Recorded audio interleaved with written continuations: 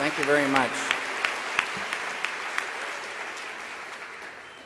It's good to be here in Boston, and thank you very much for coming here tonight. Hi. Hi. Yeah, I teach film, I make films. I would like to know, I'm not a meditator.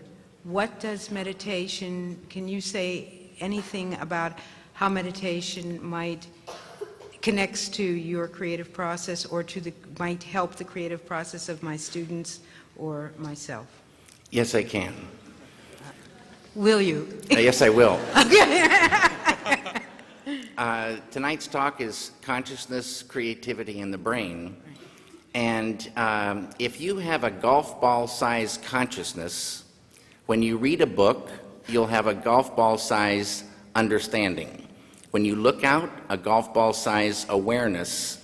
And when you wake up in the morning, a golf ball-sized wakefulness.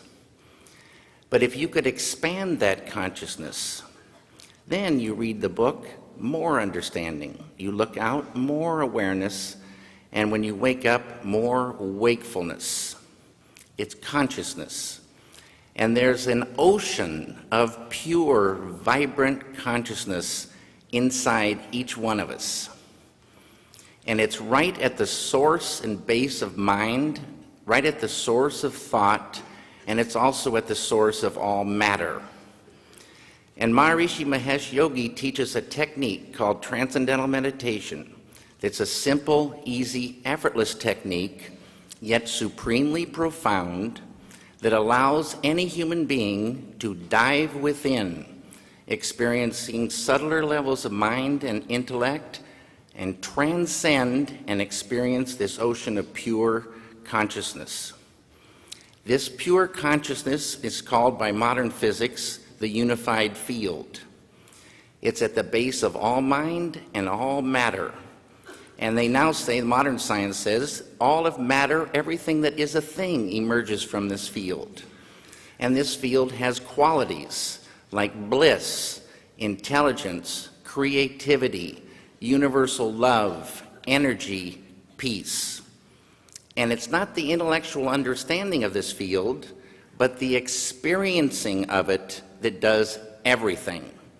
You dive within and transcending, experiencing this field of pure consciousness, and you enliven it, you unfold it, it grows.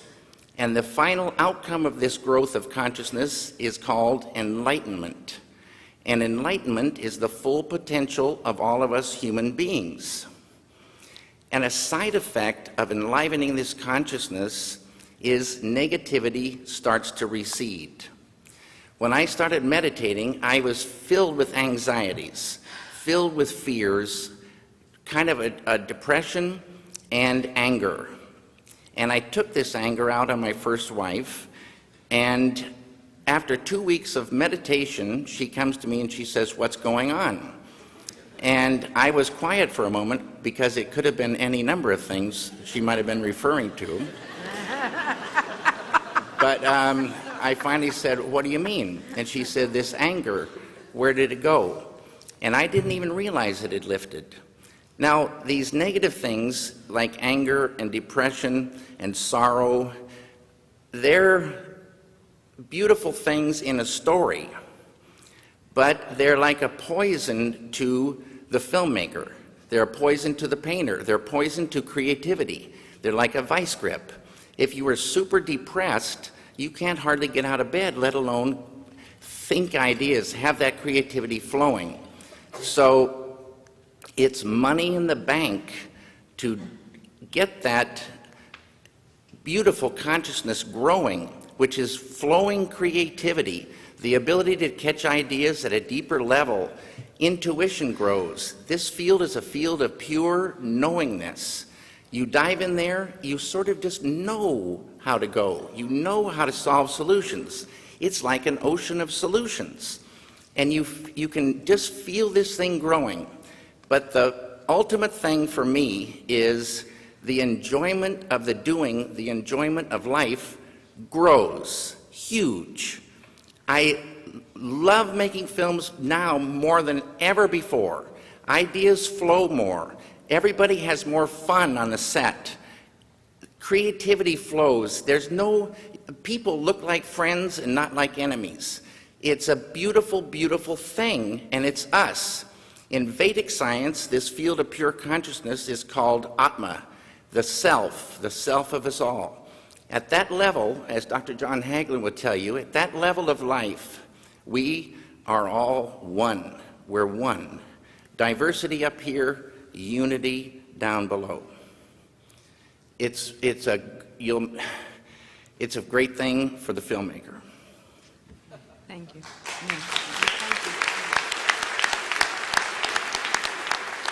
I would like to have a glass of water,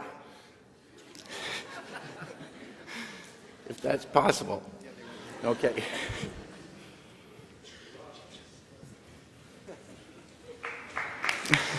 Hey, Jay, bless you, man.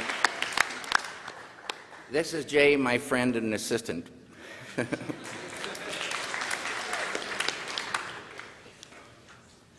It's really good. It's not quite as good as pure consciousness, but it's really good.